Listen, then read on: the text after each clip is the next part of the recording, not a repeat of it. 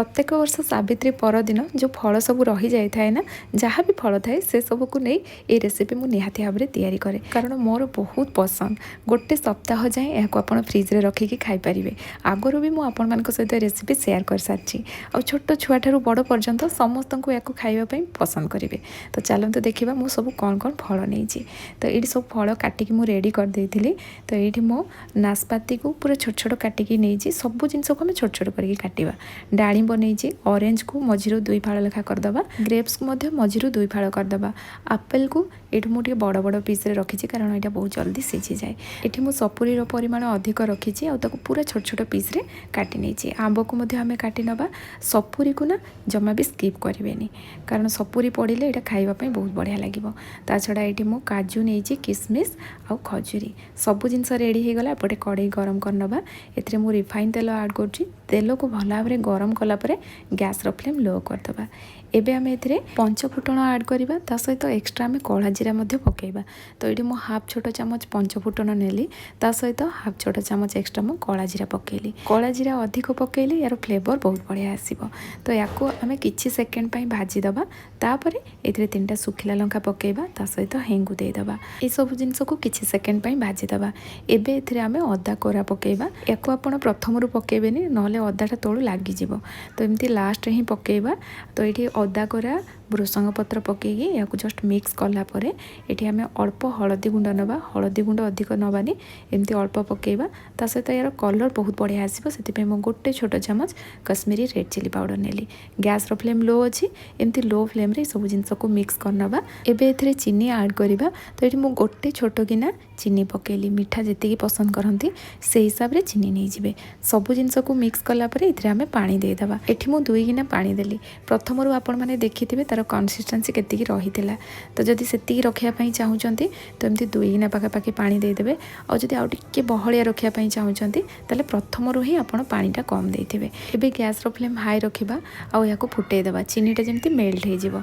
तापर एथिरे आमे सब फल पकेइ देबा। तो एठी मो सपुरी नाशपाती ग्रेप्स सेव ता सहित सब ड्राई फ्रुट्स को मध्य एठी ऐड कर देली। सब जिनस को मिक्स करनबा। आउ जो फलटा रहिला ना ताको आमे परे पकेइबा। और एठी मो अल्प टिके लूण पकेइली। आगो को आमे ब्लैक सॉल्ट यूज करबा सेति प्रथमरु अल्प लूण देइथिबा। सब जिनस को मिक्स कलापर एबे मो आउ टिके पानी देली एथिरे कारण पानीटा मते कम लागुची। आ मो प्रथमरु भी आपण मानकु कहिली जे मते एटा टिके पानी टाइप रो रहिले ही खाइबा पई भलो लागे। बाहाघर व्रतघर किबा जे कोनोसी भोजी रे आपण ए मिक्स फ्रूट खटा खाइथिबे। प्राय जगह रे याको बहलिया करके ही तैयारी करा जाय माने जेली टाइप रो। किंतु एमती पानी रहिले मते खाइबा पई बहुत बढ़िया लागे सेति पई मो पानी देली। जदि आपण को पसंद नुह पानी रो मात्रा आपण कम कर देबे। याको 3 मिनिट पाखापाखि गैस रो फ्लेम लो टू मीडियम रखी फुटेइ देबा। तापर एथिरे कंचा लंका मझिरु कट लगेई के ऐड करबा।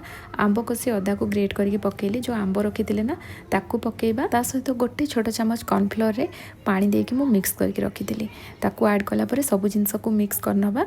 एबे याको आमे कवर देके आमे हाई फ्लेम रे 2 मिनिट फुटेइ देबा। प्रथमरु जो 3 मिनिट आमे फुटेइले ना खोला रखिके फुटेइथिले। एबे किंतु कवर लगेइके आमे फुटेइबा। सेति भितरे चलंतु या पय आमे गोटे मसला तैयारी करदबा।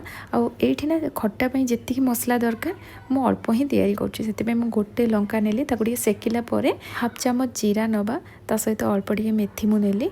मेथीर परिमाण कम रखिबे नले एटा पिता हे जिवो। आ चामच रो 1/4 वाले मु एठी पान मधुरी नहीं गली। सब जिनस को गैस रो फ्लेम लो रखी आम भाजी नबा। जमती या हाथ में धरी पारे ना सेतिकी उषुम रे भाजिबे। जेतेबेले एथुरु बास्ना आसीबो आपण माने जानिबे एटा रेडी हो गला। गैस रो फ्लेम बंद करी याकू ठंडा कर दबा। ठंडा हैला परे गुंड करनबा। आपण याकू ग्राइंडिंग भी करि परिबे किंतु ग्राइंडिंग कला बेले पूरा पाउडर करिवेनी। हल्का टिके खदड़िया ताकू रखिबे। ए मसला पई मिक्स फ्रूट खटार टेस्ट सहित तार फ्लेवरटा भी बहुत बढ़िया आसे। सेतिबे याकू जमा भी स्किप करिवेनी। आ एठी देखंतु याकू टिके मो दरदरा करके गुंड करथिली। मसला रेडी हो गला। आ एपटे आमे याकू हाई फ्लेम रे छाड़ीथिले। एटा देखंतु पूर्व अपेक्षा टिके बहलिया हो जाईची। ठंडा हैला परे एटा आउ टिके बहलिया हो जिवो। तो एठी एबे गैस रो फ्लेम लो कर दबा। जो मसला तैयारी करथिले एठी मु गोटे छोट चामच पकेली किंतु परे ना मु हाफ छोट चामच पकेइथिली। ता सहित ब्लैक सॉल्ट एथिरे ऐड करबा। एठी डाळिंब ऑरेंज को आम रखिले ताकू पकईदबा। एबे गोटे बड़ साइज्र लेंबू नहीं जावा तार रस ये आड करवा। तो लेंबू केते बड़ अच्छी से अनुसार आप ने जदि छोट साइज्र लेंबू होना ना गोटे आउ फाड़े नहीं जी ये। तो ये सब जिनस को मिक्स करनवा। ये मुझे गैस फ्लेम बंद करदेली। सब जिनस को मिक्स कलापर ना कभर करके किसी समय छाड़ीदबा। ठंडा है आउ टे बहलिया हो। तो ये देखो मिक्स फ्रूट खटा रेडी हो गला। जदि आप बहलिया रखापी चाहते मुझे कही पानी मात्रा कम रखिए। यहाँ खावाई बहुत बढ़िया लगे। मत तो बहुत टेस्टी लगे। गोटे सप्ताह या फ्रिज्रे रखिक आप खाईपारे। आज मिक्स फ्रूट खटा आपण मानक केमती लगे निश्चय कमेंट सेक्शन में जनइबे। पुणी आसबि नुआ रेसिपी नहीं कि से पर्यंत रहुछि। धन्यवाद।